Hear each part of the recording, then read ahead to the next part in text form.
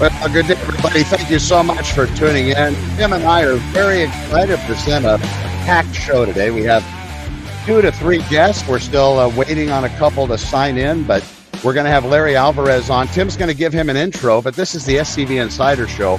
I appreciate everybody tuning in. If you want to share the show, please share the link right now. We are live. And if you want to leave comments, you can find that on my Facebook page, Tim's Facebook page. There's probably some TikTok out there, some Instagram, and that other place where you swipe left or right. I'm not sure what that site is. Tim introduced me to that a few months ago. How are you, Tim? Good, Connor. How are you doing this morning? We have a packed schedule today. Yeah, everyone's going to be coming on in intervals here to see if we can keep up with it.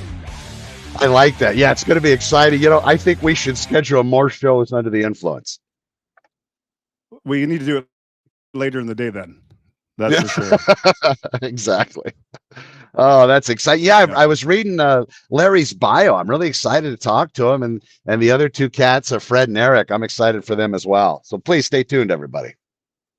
Yeah, so we're going to bring Larry on.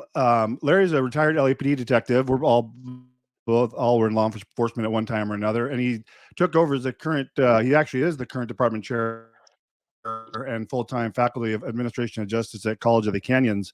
So we're going to talk to him today about that program. And we're also going to talk about how, if it wasn't for me, I don't think he would have made it through law school. So it's one of the biggest topics I want to bring up here today. Don't let me. I've heard that. I actually read that in his bio. He has Larry here.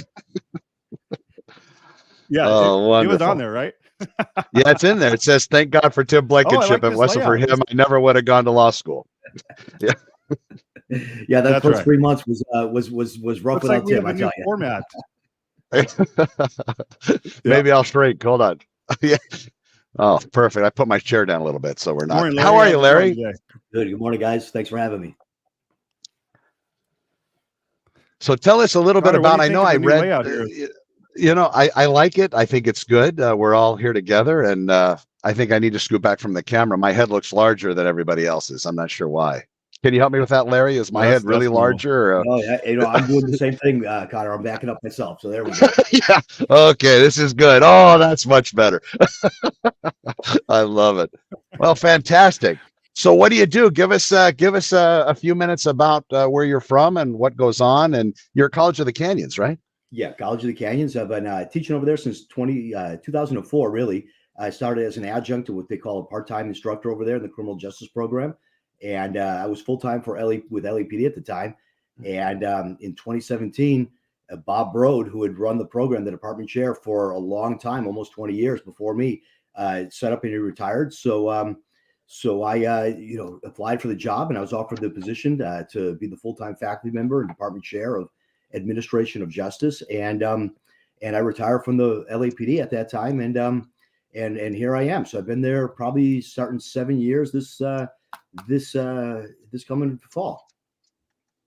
Wow, 7 years. And are you gonna carry this? How is this just kind of gonna go indefinitely for you? It's more than a hobby, I'm sure, with the way that you put your blood, sweat, and tears into this program. Yeah, we really have. It's a second career, really. 20 years with the LAPD and 21 years with the LAPD, 24 years total, and now we're just kind of rolling full time into the teaching, the education, the academia. And it's a really nice change of pace. And what I really enjoy about it is you develop so much expertise from your original career, and you can kind of roll a lot of that over and influence that next generation. So that's what makes it really rewarding. Did you do any teaching, like master instructor, all that stuff with the LAPD? I know you did. You were teaching as a drill instructor and stuff and tactics. Did you do any of that? Teach the teacher, or train the trainer, all that stuff? I got into teaching back east when I was with the sheriff's department. I was involved in their academies and things, but then I came out here to LAPD and pretty much stayed on the academic side. There's a difference between education and training, and I kind of rolled into the education side of it. And I was certified. I taught every month at the Vice School for a while there, at the LAPD Vice Academy or the Vice School.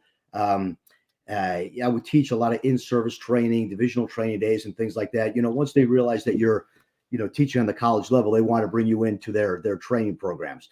But I never really went to the post through the post criteria, if you will, to become a master instructor, because teaching teaching in college is academia, and it's a little bit different than training. training and teaching education are a little bit different. So while there's a lot of similarities, there's some differences as well. I had another question too in reference to that. Being that you taught so much with the LAPD, you moving that into college, is there a difference between training a cop and training a college? I know they may be in criminal justice because maybe they want to go into law enforcement, but what's that like? Is that really different? Are they more sensitive, less sensitive? How's that feel? Of course. As police officers, we're probably about the worst audience you can have. We Horrible. we question everything, right? Yeah. So, what's your race, Larry? How do you identify, Larry? Yeah, Can't do that. You're not going to pull the wool over these guys' eyes. You know what I mean? They'll sit in the back and they will challenge everything you say. So, wow. So it's an interesting dynamic, but it becomes fun too because you really think on your feet. But again, the purpose of training is how to react in certain situations, right? In academia, we focus more on the critical thinking components, understanding the legal theories behind the laws. Where if you go to the police academy, you'll understand, what it takes to make an arrest for maybe a robbery. But, when you look at the evolution of law and the legal theory under criminal law, you're seeing where it evolved from, the criminal law theory, the legal theory, if you will.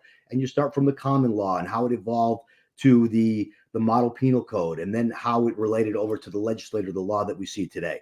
So you'll kind of understand that legal theory and how it gets interpreted over time.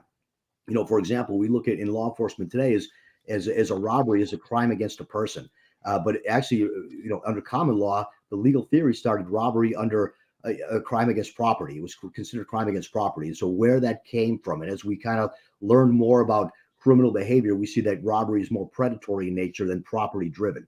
So, the motive behind that. So really, that's what the legal academic theory will kind of look at.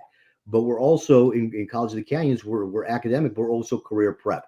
So, our students are kind of 50-50 split. So you can go, we prepare students to transfer up for a 4-year university at the Cal State or UC or any other, 4-year university program, or to enter the workforce directly. So, what we do is we prepare students, the skills and the legal thinking and the critical thinking and the communication skills, the articulation, the verbal, the written articulation, communication skills to really be successful for employment. And employment, that's, getting onto the academy, surviving the academy, and then really your first couple of years as a rookie baby police officer. It's interesting what you said a moment, just jumping back real quick. I never really looked at it where robbery, I guess you can kind of associate that nexus with rape. It's kind of a power thing versus just wanting to get ahead and take somebody's property. It's the rush that goes with that psychological component, want to be more powerful than somebody else. I never really even thought about that. Yeah, robberies now we look at it as a predatory crime where it's predatory in nature, and the suspects are really picking out their victim. They're sitting there watching, looking for, the most vulnerable of the herd, really. And that's who they'll target. So we see this all the time in these predatory type of crimes. So yeah, for sure. It's very interesting. I'm curious how you keep. I'm gonna let Tim jump in. I know. Yeah, go ahead, Tim. It'd be nice if I could actually say something, Connor. You see, my name's up here on the top left. Anyway. Got it. My apologies. I was just gonna say, I'm gonna ask you, Larry. Do folks that are professors or faculty at College of Canyons or in general you have a kind of a unique background where you have the tactical and on the street experience, and then you're bringing that to the college. I think bring a unique perspective. Do most people have both sides of that they bring to the table to the classroom? In our program, it is really unique, Tim. Thanks. Good question. So all of our instructors are career law enforcement people. So, we're bringing that practical application. If it's going on in the streets today, we're seeing that in the classroom really tomorrow. So it really gives us a unique spin on things. So, all of our instructors have their practical experience and they're really experts in their field. Longtime patrol supervisors, detectives, specialized units, narcotics. We're bringing in federal agents. We got a lot of people with a lot of unique backgrounds, and they have their academic qualifications. So they really are coming from both worlds, the academic and the practical experience. And they're able to bridge that and bring that to our students for a unique learning experience. Last fall, I looked at our staff that we have, and we have roughly 15 part-time instructors in our program. And I added up all of our experience. So we have over 350 years of experience that is represented in our program. And when we look at other disciplines, you're not seeing that, especially other academic disciplines. You're seeing a lot of academia, but not a lot of real world experiences. So that's really unique about our program. We're bringing a lot of field experience in. And what we started doing was I recognized this a while ago, and I started saying we're not capturing us and marketing us like we should be. So I created what we're calling a collective, which is just a collecting ground of some of the expertise of some of our faculty, some of the friends of the program, some of our advisory board members, and even our students, if so be it, if it qualifies. And when they publish something or they do a presentation, a TED Talk or a conference, and that gets video recorded, we started really just collecting some of their work and their expertise. And so it's actually on our website. It's under the collective, and it's just up new and launching. So we only have about a half a dozen entries on there.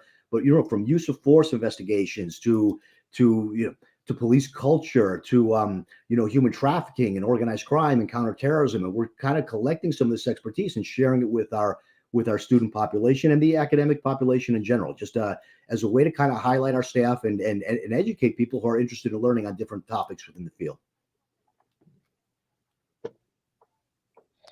Is one of the biggest complaints of, I would imagine, people going to college as they walk out there with just full of theory and no application. And this, the role you are setting people up for, they need that practical so they can actually take that in and have a leg up when they start their career. Yeah, absolutely. We do a very practical based application in an academic setting. So, so those are some of the things we're doing, but we're also expanding. That's our traditional criminal justice degree. We're also expanding our program. Like I said, I took over full time in 2017, and I brought a lot of the trends that I was seeing in police work, and we created some programs around that are really interesting. And the first one we did was a new degree program called Law Enforcement Technology, and we offer an associate's degree on this now. And this is a completely online program, so it really makes it appealing for our in-service officers that want to come back for additional skill sets or to get their college degree requirements for promotion and specialized units and things like this. And what we did was, from working counterterrorism and organized crime over at LAPD Major Crimes, we used a lot of technology to help support our investigations.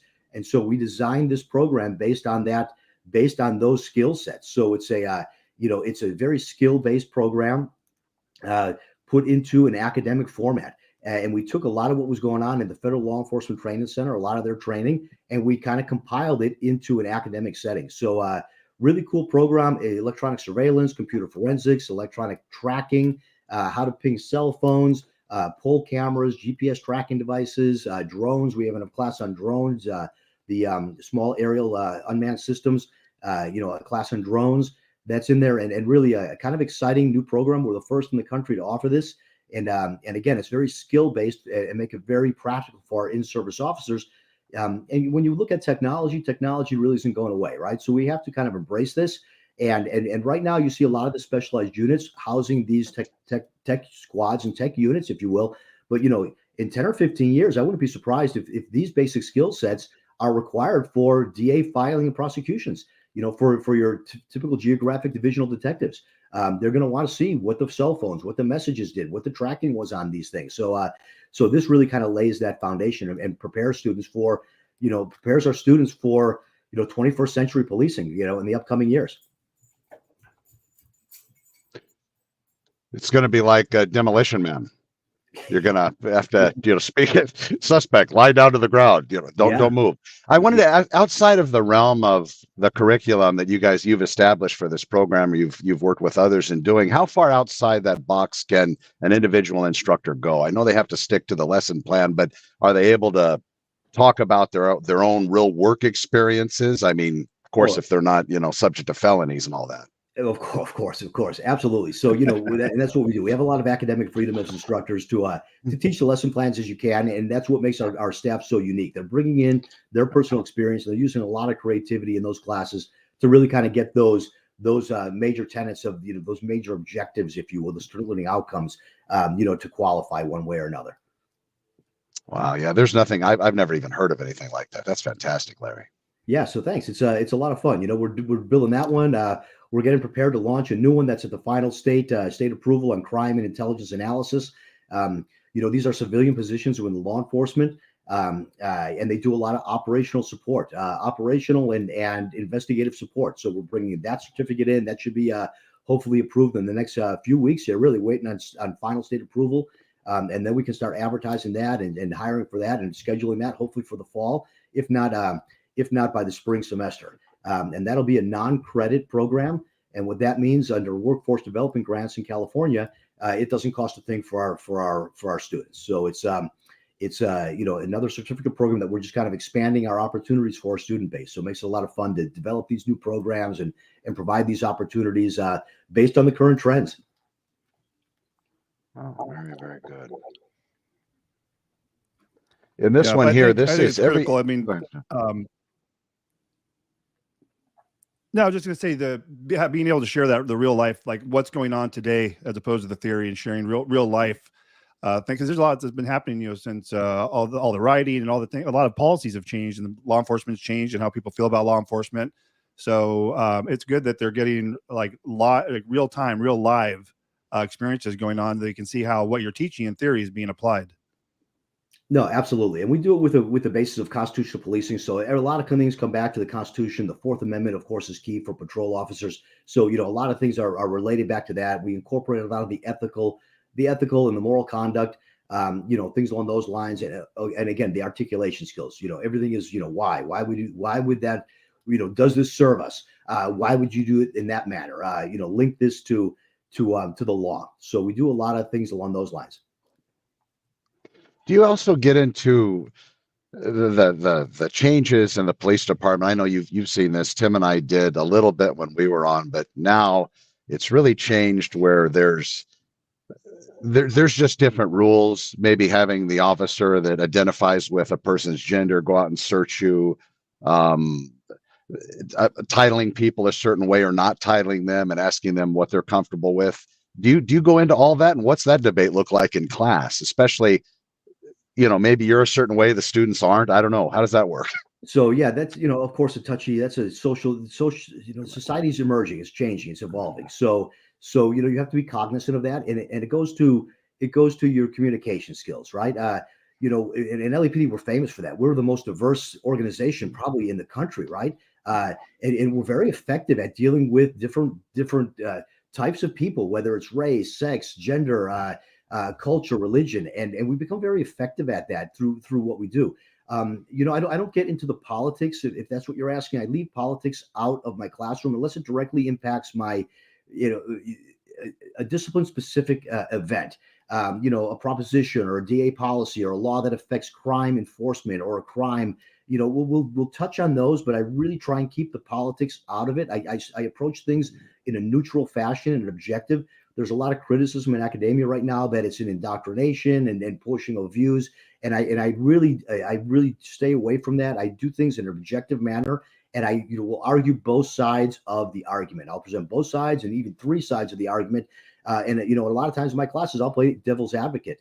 And I'll devil's advocate, something to no means, just to get all the arguments out there and make people feel comfortable. And then we kind of break it down, and then I let people draw their own conclusion.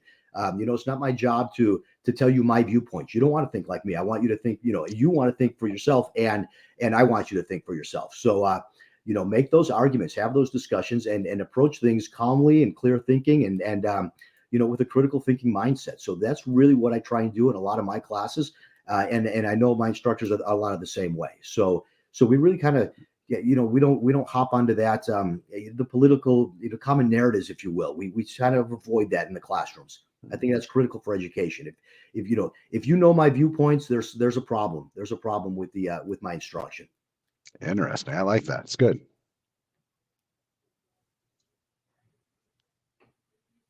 I was going to ask one more thing. In your instructorship, you mentioned that the other instructors are somewhat similar to you in that belief system.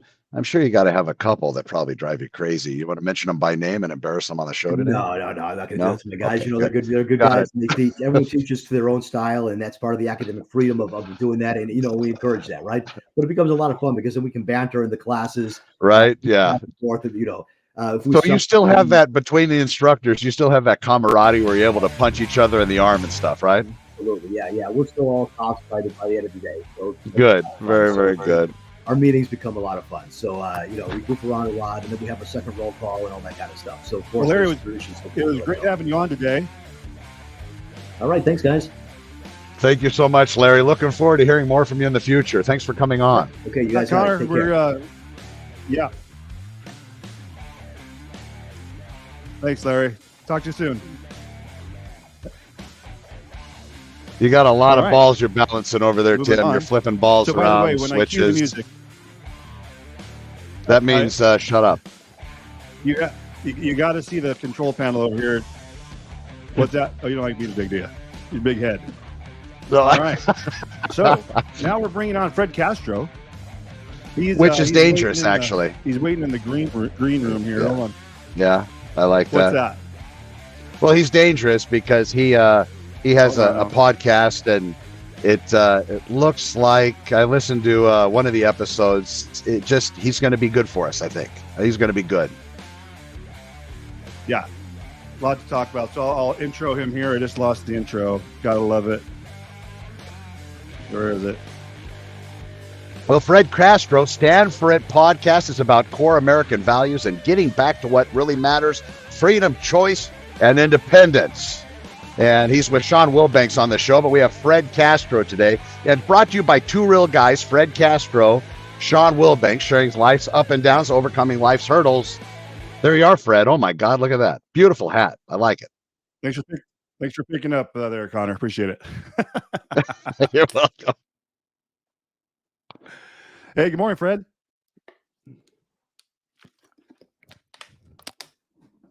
Hold on. You're close. You're close. I think you're. We're gonna hit that mic. All right, guys. I think I was muted. So there you go. Technical difficulty on my side. So, anyways, thanks for having me, guys. I appreciate it. Excited to be on the show and making some noise here in the Santa Clarita Valley. That's what we need more of, right? Yeah, so everybody's too quiet. I met Fred at a neighbor's house. I guess it's been a few weeks ago, Fred, and we just got to talking. He's a good dude, and talked about his podcast. I listened to a few of them. They're really good. Your gear is also awesome. You design all that. Your hat, your sweater. I love it. Oh yeah, I do it all. I'm that guy. Yeah, I'd wear a large, I think, in a custom, just a regular comfort fit. I think is where I would. That's where I would be, just in case you're asking. Okay, game on. we need the support around town, so I love it. Absolutely, be more than happy to. Yeah. Tell us more about your podcast, Fred. So the podcast is kind of a passion project for myself and then my partner Sean Wilbanks. We're part of a men's group that we've done for, I don't know, probably better part of 7-8 years. And it's really just getting down to the core fundamentals of who we are. You know, we based our core beliefs on faith, family, health, and prosperity. And the world's gotten so sideways over the last, I don't know, 10, 15, 20 years that we want to do our part to get them back on track. It's about really, at the end of the day, being the best version of yourself or working on becoming the best version of yourself so that you can lead and inspire others. You know, I think everybody's taking a back seat thinking that somebody's going to come save them. And guess what? They're not. And so, you know, it's like, it's our way to share the trials and tribulations of what we've experienced in life. And, you know, we're all sitting here. I'm jealous of Connor. He doesn't have glasses on. I need to know a secret. All right. You know, everybody's got to be a smart ass. Yeah, with mad style. So anyways, like I said, it's a passion project for us. And we're going to share real stories because I think people have this false conception. You know, you're in the divorce business. And, you know, should everybody just get a divorce? Is it because you're not doing the best you can in one of these core 4 areas of your life?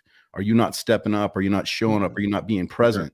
Because I know for me, just being a perfectly honest man, I know there's been times where I'm a man. I have tunnel vision. When it's time to get after it, you get after it, and everything else, the blinders are on, and you smash everything else in the way. It's just, I think it's part of the way we're genetically designed at certain ages of our life. But the bottom line is we're going to share real stories because people think in this world that they're alone. They're the only one experiencing a divorce or they're experiencing some adversity in their life. The truth of the matter is that adversity is part of life. So until we figure out that, hey, shit's going to hit the fan one day, and you need to learn, instead of, shying away from it, how do I deal with this? And how do I become better at that? We all have to raise children. That's not the easiest thing on the planet. They have their own minds. And, when we say in the intro here, we're talking about freedom, choice, and independence. The lessons start early on when it comes to our children, is that if they don't have enough freedoms, they don't have the chance to fail. And if you nurture them to the point where they can't make a decision for themselves, they're never going to be independent. And so they're going to be these sheep that are floating around out there being told what to do. And that's what we're not about that anymore. And unfortunately, we're seeing a lot of the sheep, kind of being ready now. Let's put them in the corral, and where do we go next? And it's not good for our society. So anyways, that's the, I don't know if it's the 2-cent spiel. It's more like the 25-cent, but that's us. With regard to freedom, when you talk on your podcast, I listened to a couple of your episodes, you really drive that home, and freedom just goes beyond just maybe not being repressed by the government or some powers that are out there, but actually within yourself, loving yourself, I hate to even get to that simp place, but there's that, actually caring about yourself enough to put these life changes into place. And you talk a lot about that on your podcast, which is I think it's very revealing. Nobody's talking about that. They're too busy worrying about, Dancing with the Stars and what else is happening out there on network TV, instead of talking about what they need to talk about. How'd you come to that conclusion, or is that just being in our age group and living life? Well, I think that it's a combination of those things, right? You start going down this path thinking that you're on the right path, and you realize that, hey, first of all, you can't control exterior things. You can only control what you're, in charge of, which is you. And so we started, the core foundation was with you leading by example, being the best version of yourself, because it's going to impact your wife and how your household is, what's inside those 4 walls. And then beyond that is your kids, because your kids aren't necessarily taught, they're caught, they catch the lessons instead of learning the lessons, right? Because they're watching every move you make. And as they get older, they're going to let you know the things that they saw as growing up that they agreed with, and things, unfortunately, you disagree with. So it's a combination of those things, it's a way for us to pay it forward, on our podcast. So you'd be surprised at the number of listeners that are in their early 20s. And they're like, hey, like our first podcast was on raising children and making sure that they have a voice in the household. I came from a dysfunctional family, alcoholic father, very violent. So I had to become the leader of the household very quickly at age, 12, 14. And then, my wife, on the flip side, she came from a household looked like the Beaver Cleaver family, which is fantastic. But, you get told what to do. And guess what? Until you're a certain age, your opinions don't really matter. And so while there's a positive and negative on both sides, there needs to be balance as well. So the way I look at it is that, we impact a lot of young people that are raising families now, and they want to have, you need to learn over time. And nobody taught me this early on, is that, I have a choice and what I want to do, how I want to do it, but you need to understand the why too. So old guys sharing stories actually works out pretty well to kind of share, through lead by example, share the good, bad, and the ugly, like we talk about. And sometimes it's not so pretty, but people need to understand that you make those decisions, and then control what you can control, what's within your reach. You're going down this path that you've been told, go to school, get an education, marry your soulmate. We all know that's not perfect. Tim would be out of business. And so yeah, that's a quick gist on that. Yeah. Going back to what you were saying, men and, just figuring life out and, get back at it and so forth. I do a lot of interviews of, everyone, I'm not pro divorce just because I do this. In fact, we handle only amicable divorce cases. So we're not handling those high conflict ones. I interview on my podcast, people that do marriage counseling, coaching, all of those other areas where people can get help, to help people identify, kind of like you are, but more from the therapy side and coaching side, and mediation side, to help them, maybe discover ways that they can work through, their marriage and get back on track. Right. So on that note, we would love to have you on our podcast to share that dynamic. You know what I mean? Because I think that's really what it's all about, is that, through these groups that Sean and I participate in, we've seen marriages you thought could never, ever, ever be saved. Just logically, there's no way that could ever be saved. And these people turn their marriages around and have an amazing life because they've come clean, And I think not only do you need to come clean with your spouse, you got to come clean with yourself first. Like Connor said, you got to love yourself, and it doesn't matter if it's a marriage. You can lie to yourself in your marriage. You can lie to yourself 1,000 times a day. Your fitness, Fat to Fit Realtor. I'm looking at that. So I've just got back from the gym. I'm trying to get back in shape because I can lie to myself every day saying, I can just ignore it by not looking in the mirror, but at the end of the day, I'm still fat, or not in shape, But I want to see people succeed, and I'm not a believer of just quitting either. You know what I mean? So, and not to say that that's not the option for some people. Sometimes they're not compatible, but you don't quit on yourself. That's my point. And so our podcast is about self-promotion, making sure you find who you are at the core, but people aren't teaching that. And so I think it's interesting. And I think going back to the guy you just had on, Larry Alvarez, we're talking about real world fundamentals here that just get overlooked. And the world would be a lot better place if we were teaching people to be independent in their thoughts and the choices that they make, so that they can have personal freedom. Doesn't mean you're going to have complete freedom, but at least you're free with inside your little confine here. But that's also going to empower and inspire other people around you to do the same. Doing these podcasts, I know I don't do it for money. I don't know if you guys do it for money, but it's something to get out there. It's a way for us to pay it forward and bring our communities back together, unite, because I think right now there's so much division. It's a shame. We're not a political podcast, and we never want to go down that road. Although today we'll be recording a podcast this afternoon with a man who's an open homosexual, but he's conservative. And he's besides himself because they're dragging our children into these, into this thought process that, nobody asked for, but it's the narrative, and that's what's being, pushed down our throats. But I keep seeing more evidence of people starting to stand for what they believe in. And that's what the core essence is. And then coming as I was sitting in the green room, listening to Larry Alvarez, we're really getting down to the true fundamentals of what's out there, because I hear too many times, my kids are in their early 20s. One's going to be 20, the other one's 24, but they're going through these programs, whether they're going to be a fireman or a lineman. There's a lot of education, but there's no practical skills. That's something that's been, because everybody wants the easy button, right. As soon as I got to sweat, I'm out, and I've got to sweat. I got to do some hard work. And I laugh because the kids are like, "Oh man, I want to be a lineman because those guys make a lot of money." I go, they also work that's a tough job. My God, that's a tough job. Yeah, that's the new fireman, right? You got to earn your man card in that. Being a police officer, you got to earn your man card. It's like it's not just the curriculum; it's the practical side of, of what you're volunteering for, and you elect to be there, so you got to step up. So it's a big deal. But what was your beginning to this? What caused you? I know the frustration, but where'd you start? So I started just out of experience, so at an early age, like I said, I had a dysfunctional family.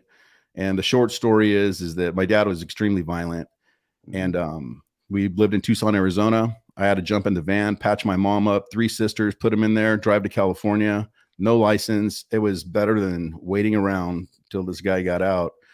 And just having to, I had a moment literally with God. Like, it spoke to me and said, "Hey, here's the plan. Here's what you're doing. You can't live like this." And so anyways, I had to grow up at a young age, and it's always been like that. And I think it's a blessing and a curse, because I could be that kid that had the silver spoon and I wasn't, but, and life is hunky dory, but those guys have their own share of problems. And so having to learn those lessons at a young age, you lack confidence, you want to hide from your problems. And so sharing some of these stories is freeing, to be perfectly honest. And it's not for everybody, but the people that need that guidance and they need that little window of hope, because I'm not one that believes in hope. I believe in action, but at the same time, somebody's got to give you that little glimmer of hope. Otherwise you're not even going to try. And so for me, there could have been many times when I just hide away and just go drown in my sorrows. I just decided, instead of doing that, I decided to tackle life, and I love to see people succeed. So I want people, number one, to realize you're not alone. And second of all, you make the decision. It's up to you how you want to handle this. You're going to handle it in a positive manner, or are you going to go hide from the world and become a degenerate, or, you know, not contributing to society? Life's way more fun when you step up, you feel empowered. You know, the podcast was another step in this journey for me. In February, we made a declaration because my partner, Sean, and I, we talked about it way too much. I'm like, dude, don't talk about it anymore. Just be about it. So let's get the stuff. Let's start recording. And if we suck, we suck, because you're going to suck at anything you start in the beginning. That's just the way it is. And so it's like, if you don't embrace the suck, you're never going to get better. So I'm like, all right, well, let's embrace the suck. We've sucked our whole lives on certain things. So let's just jump on and let's go. And it's been amazing, you know? So I did that. And then just recently I started this 30-day video challenge, which is, it's hard because there's 2 questions every day. Who am I and what do I do? So how many times can you tell people who you are over and over and over again? But the lesson is in and digging deep inside of yourself. So like I say, that's kind of how this all came about, is just personal challenges. The podcast is a result of that. This 30-day challenge I'm doing. But the other thing too is just, I'm tired of sitting on the sidelines. You know, I don't want to sit on the sidelines and just watch people go down the wrong road. If I can be of help or some type of positive influence, and let's do this. And it's inspiring right now. Like I said, my kids are at an age where their friend groups are very inquisitive, you know, and they're looking for people to help lead them. You know what I mean? They're like, well, what do you think about this? And what do you think about that? You know, should I go down this road or that road? And I go, well, here's the reality of it all. It's like a lineman. I've had guys that work for me. One of them left to go be a lineman. He came back about 6 weeks later with his tail between his legs. Those guys are mean. Yeah. Oh, I bet. And I knew it. I go, you're going to leave. And it's like working with a bunch of Hell's Angels. I couldn't imagine. Oh my God. Those guys are mean. I'm like, and he was the buff guy in our sales team. You know, he's the buff guy checking him out, checking himself out. Goes so far. Yeah. Yeah. It's like, hey, it's always 5 o'clock somewhere. He's checking his watch, you know, in the mirror. Of all guys is going to come back with his tail between his legs. I'm like, all right, buddy, I called that one. Wow, it's serious, very business, nice. But, yeah, but it's fun, and it's we really enjoy doing this stuff.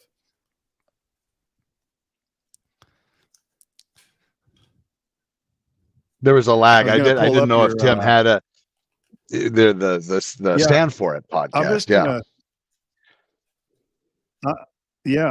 I was going to pull up the, seems like the system's struggling a bit. I was just going to pull up your podcast here for a second. I might be able to, I think I got it here. Because you're everywhere, right? You're on Apple, iTunes, all that good stuff. Yeah, iTunes, Spotify, Google. We just launched, it's kind of hard to find, but we're on YouTube as well. Oh, okay. Yeah, there's there. But yeah, it's really easy. I just ran your name and podcast, and I popped up with, you know, you're entirely on page 1. You're syndicated very well. Lots of places: Odyssey, the Castro podcast app, Apple, stanford.net. It's all good. It's all right here. It's good. Yeah. So you'll see some of the people that we've had on here. What's that? Yeah, I was just saying, how many do you have under your belt? So I want to say we're 15 or 16.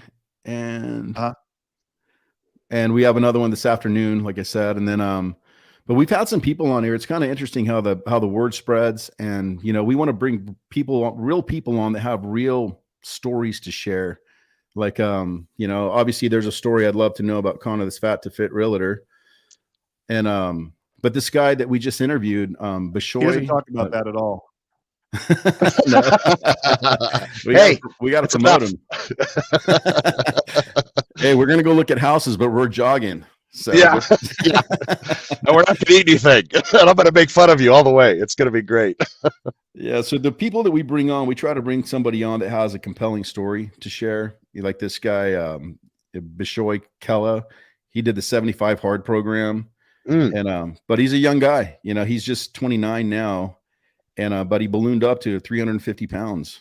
He said he was a savage in high school, you know, how to lose some weight to get the girls, and then started a business and ballooned up in about a year and I don't know, like 14 months. He said he gained just a tremendous amount of weight. But anyways, he went on to he was challenged by one of his buddies to do the 75 hard program, and he was dealing with a lot of just medical issues and health issues. And just had to get serious about his program. And literally, if you see the pictures of this guy, it's mind-boggling. But now he's just a true savage. The guy's got a 6-pack, guns, you know, and but more importantly is the journey to get there, and then the rationale, that's the mindset, and there's always a tipping point in everything that you do, whether it's business, family, weight loss, your fitness journey. But this guy's journey is so radically just invigorating, to the point, I don't know if do you guys know who Andy Frisella is? Probably one of the biggest podcasts out there. Yeah, I've heard of him. Sure. Yeah. So he's the one that created the 75 Hard program. It's called Andy Frisella. And he's got the Real AF podcast. And so anyways, this guy followed his program, and Andy Frisella brought him on the show, and his show blew up, or his Instagram blew up from like a couple thousand followers to over 200,000 followers in 1 week. But his story is compelling, his mindset. And he said the benefit truly on the flip side was the physical aspect of it was nice, but the mental aspect was it was 10x over what he, set out to accomplish. That was the benefit of it. So. Very good. I'll tell you this. I can't wait. I'm going to listen to all your Fred. episodes. I'm going to run that down, Fred. I'm going to run it down. Appreciate that. Listen to all of them. Appreciate you coming on to the show today. I have to tell you, I'm you're a breath of fresh air. Really are. As well. Yeah. All right, gentlemen. Well, thanks for having me, and we'll see you in town. Then, Tim, send me over those shirt sizes. We'll get you guys dialed in. Perfect. Appreciate you. Thanks again, Fred. Be well. Oh, right on. Will do. Thanks, Fred. All right, Connor. We're moving on. All right. I think I've seen this. No, I love it. It's good. It makes me happy. So the next guest, he did that work at your house, right? Yeah, we're bringing on. What's that? HANCO. He did the work at your house, the molding.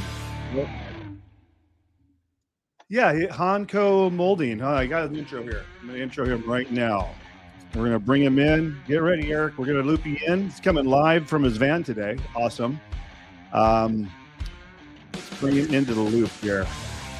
Yeah, here we go. Good morning. Hi, Tim. Hi, Connor. How are you guys doing today? Eric, beautiful, brother. Thank you for coming. Excited to have you. Tim's got some stuff for you. Fantastic. Yeah. So, Eric sent over his resume here and go over a couple things. I didn't know you were in San Diego before. My whole family lives there, Eric. Really? But it says moved to San Diego, California in 1997 after graduating. He has a master's degree, Connor. I think that's more than we have. Well, his contractor's license since 2001, started HANCO molding.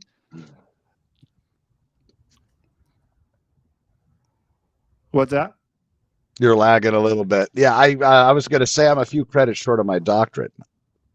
Not really. It is a master's degree in fine arts, so don't be too impressed. Yeah, I met his wife. Gotcha. Met his wife in Cancun, Connor, in 2003. Oh, probably a story my there. gosh. That is a story, I bet. And then he ended up doing the molding at your house, which looks fantastic. You're true craftsman. I was looking at your finishing work on the corners and the edges and the joints. That's beautiful. You actually love what you do. I can tell. There's a lot of romance in that.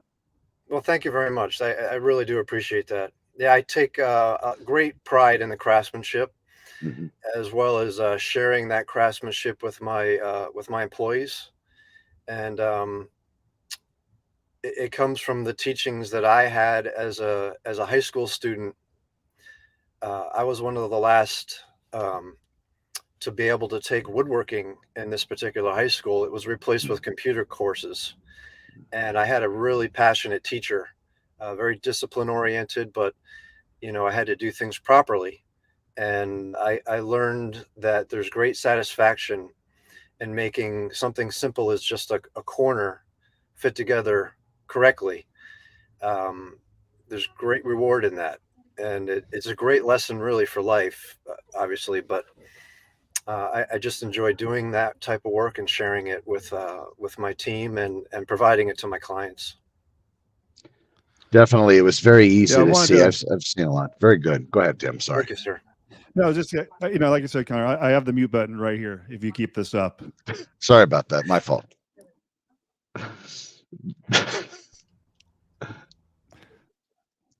Anyways, hold on. Now I muted you. All right. I was going to show you who's in charge here.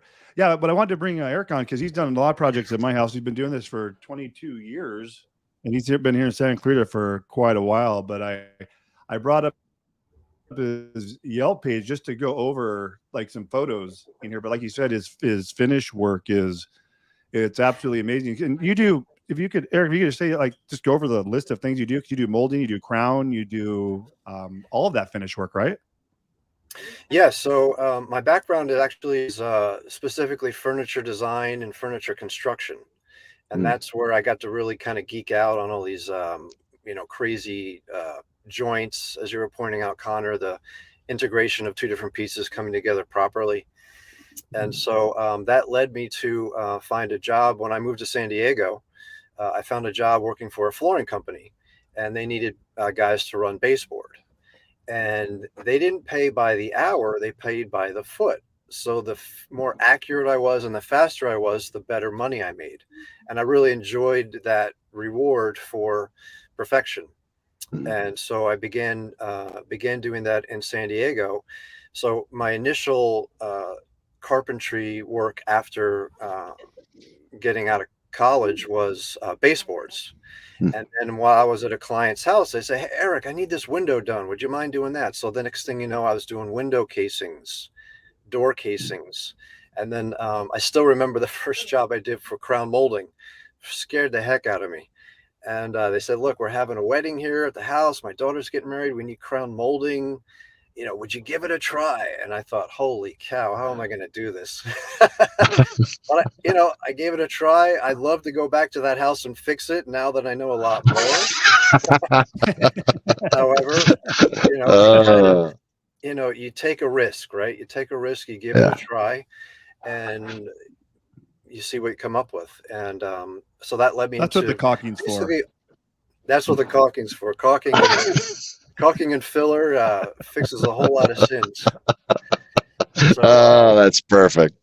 Yeah, but that led me then to get my contractor's license, specifically in carpentry, and that then allowed me to pursue other realms, such as I did a little bit of cabinetry, which we do, and then during the 2008 slowdown, the recession, the homing depression, I got my general contractor's license. And so now that allows me to also get into things such as drywall work, painting. It kind of diversified what I do, because I realized an error that I had made was being so specific. When things slowed down, I really didn't have work. And so I realized that if I get into other trades and learn other disciplines, that I can jump into other fields when things might be slow for one reason or another. And it's really been a very positive move for me to expose myself to other realms of work for residential as well as commercial applications. So that's some of the things that we offer.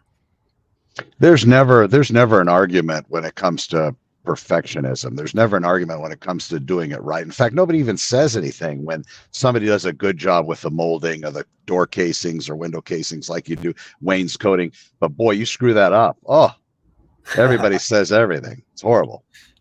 I remember when I was in college and doing my master's, there was a student who was there from China. And it was a great lesson. What he did is he would find these huge chunks of trees, just these massive 6 foot tall, basically a fully rounded tree. And he would just start chipping away at it with a chisel. And he would spend months on this. But his finished product was he would do female nudes. And it was it would look like when it was done like a marble statue that you'd see in a museum. It was unbelievable. But to your point, Connor, when I would go in there and visit his studio, I didn't know what he needed to do to make something right, but I could always tell when something was off. And it was a good lesson in that you just need to kind of keep chipping away at it. And if it's not quite right, keep trying until you really can't figure out a way to make it any better. And I'll tell you that lesson for me crosses all sorts of different sorts of my life, right? That's huge. That's everything. Marriage That's, of you can 20 incorporate. years. Yeah. Yes, exactly. My marriage, my personal life with my friends, my hobbies, all those things. You're either all in or don't bother, and just keep chipping away at it. Keep trying. You know, you've heard this from your other guests, but everyone's going to fail. It's just a matter of keep trying. Get back up. Give it another whirl. And you know, if you're proud of what you've done and you feel like you can't think of a way to make it any better, then you can probably say, then, job's done.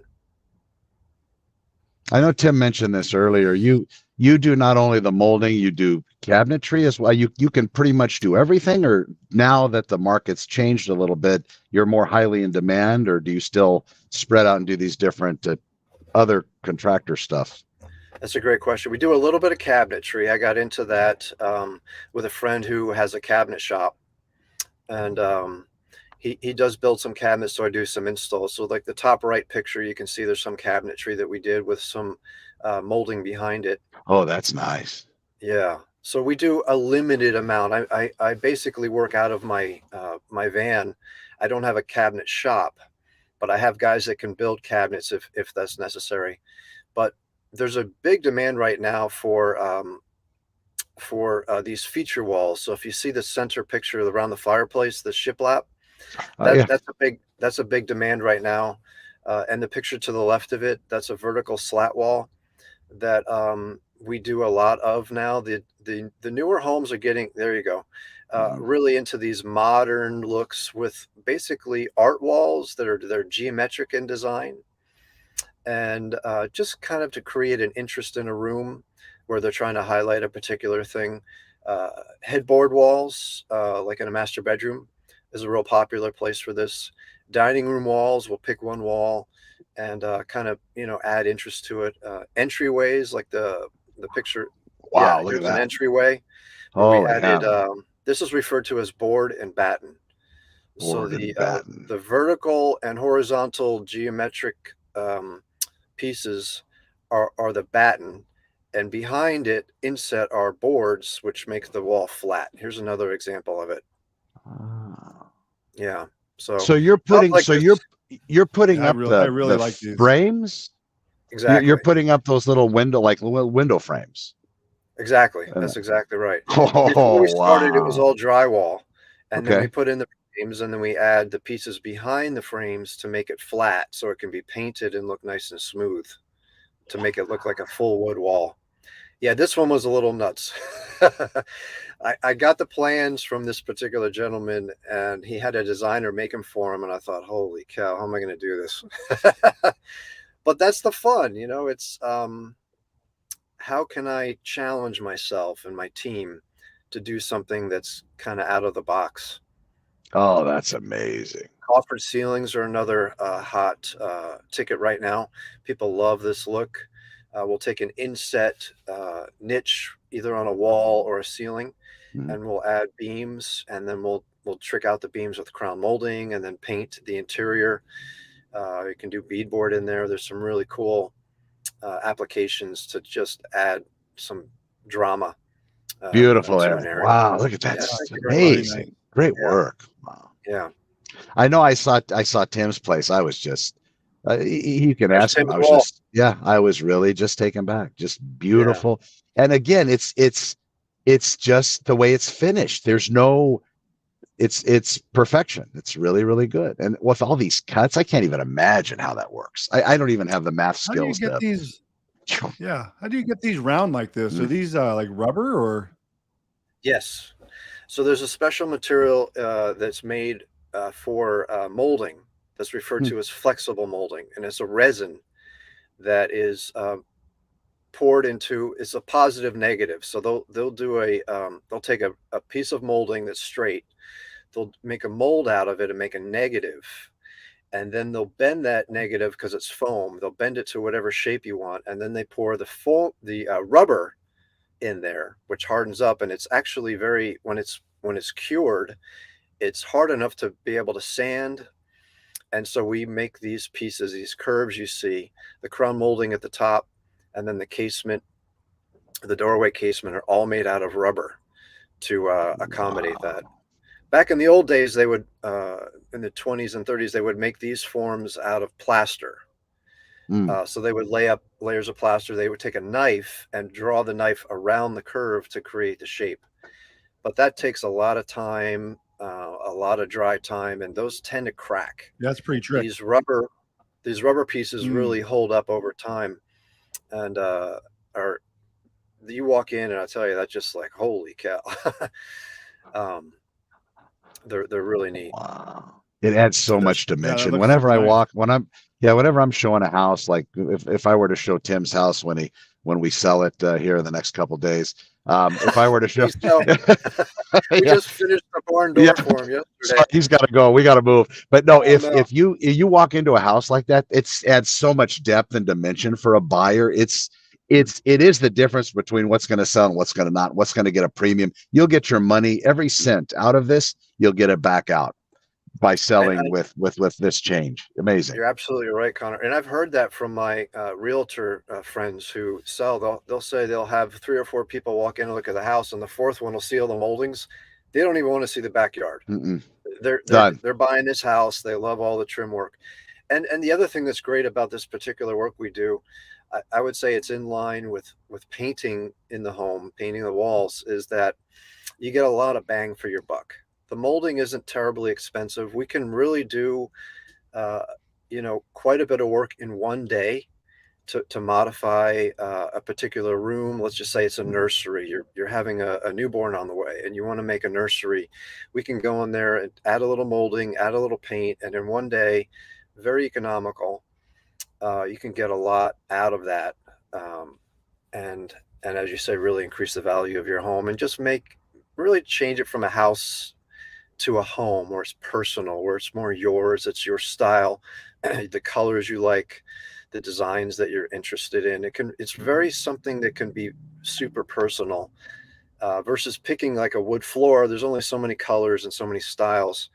I can pretty much design just about anything you want with these geometric art walls and create a very personal, pattern, design that you're really looking for. Yeah, I can attest to that, Connor. I think Eric has crowned every room, even the garage. We had him crowned. We have like a gym in there. One of the few. It's not the only, but it's one of the few. The garage. Yeah, and it makes the garage. It makes the garage look good. We had a bunch of wiring from our security cameras and all that. And we didn't want it to look like a garage. We wanted it to look like a gym. But I mean, it transformed it. It made a difference.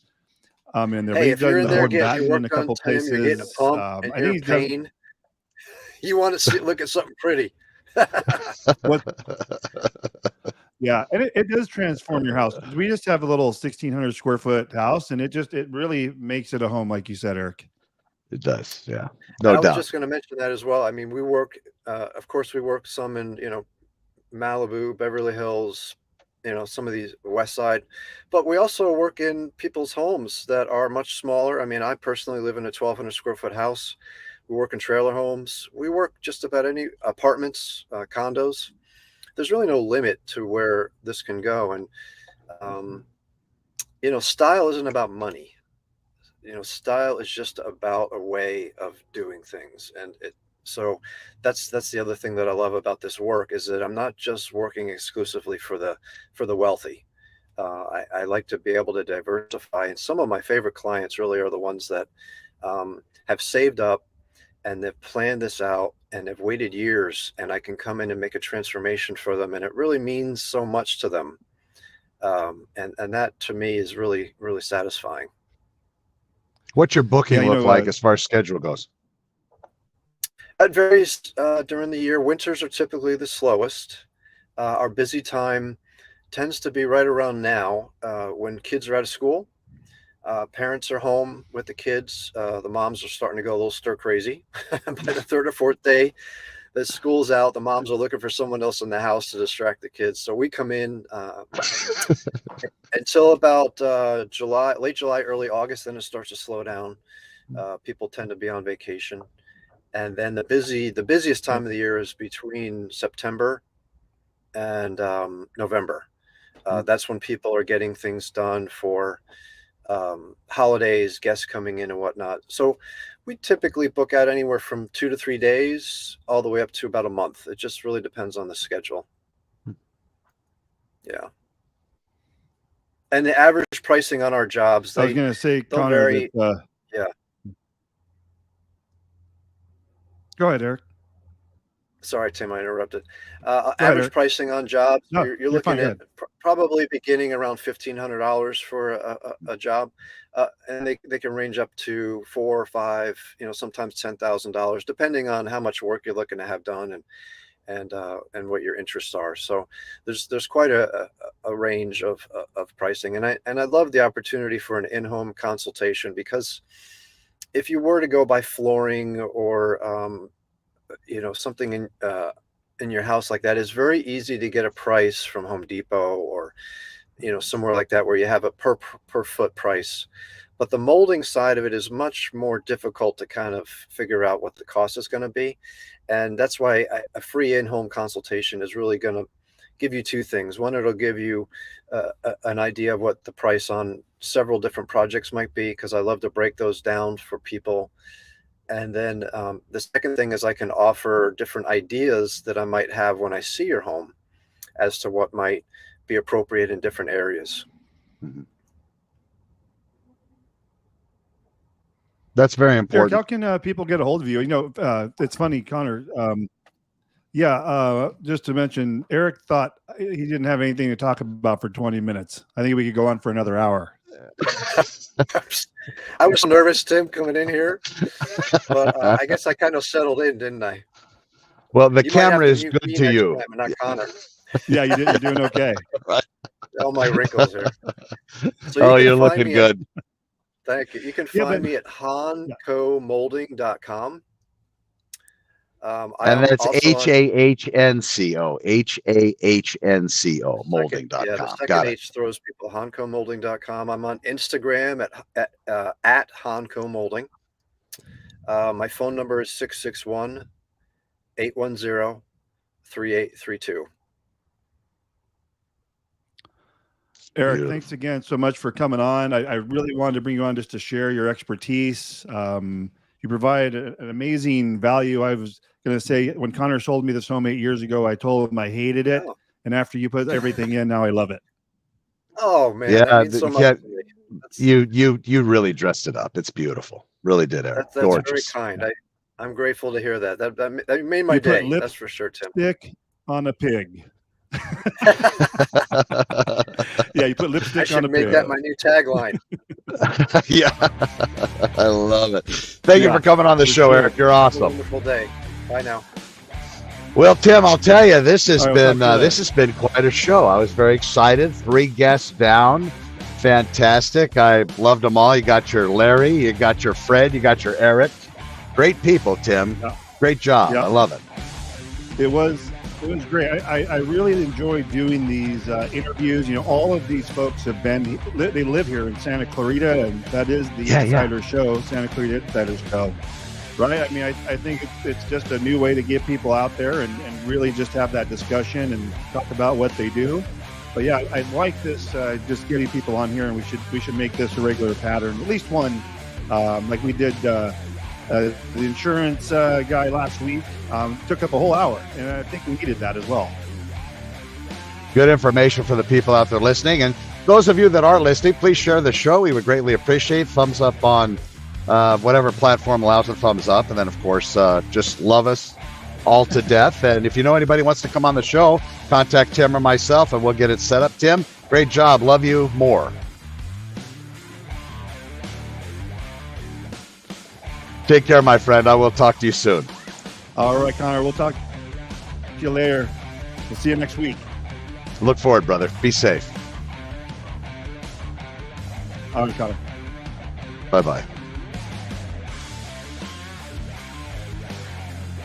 All right, Connor.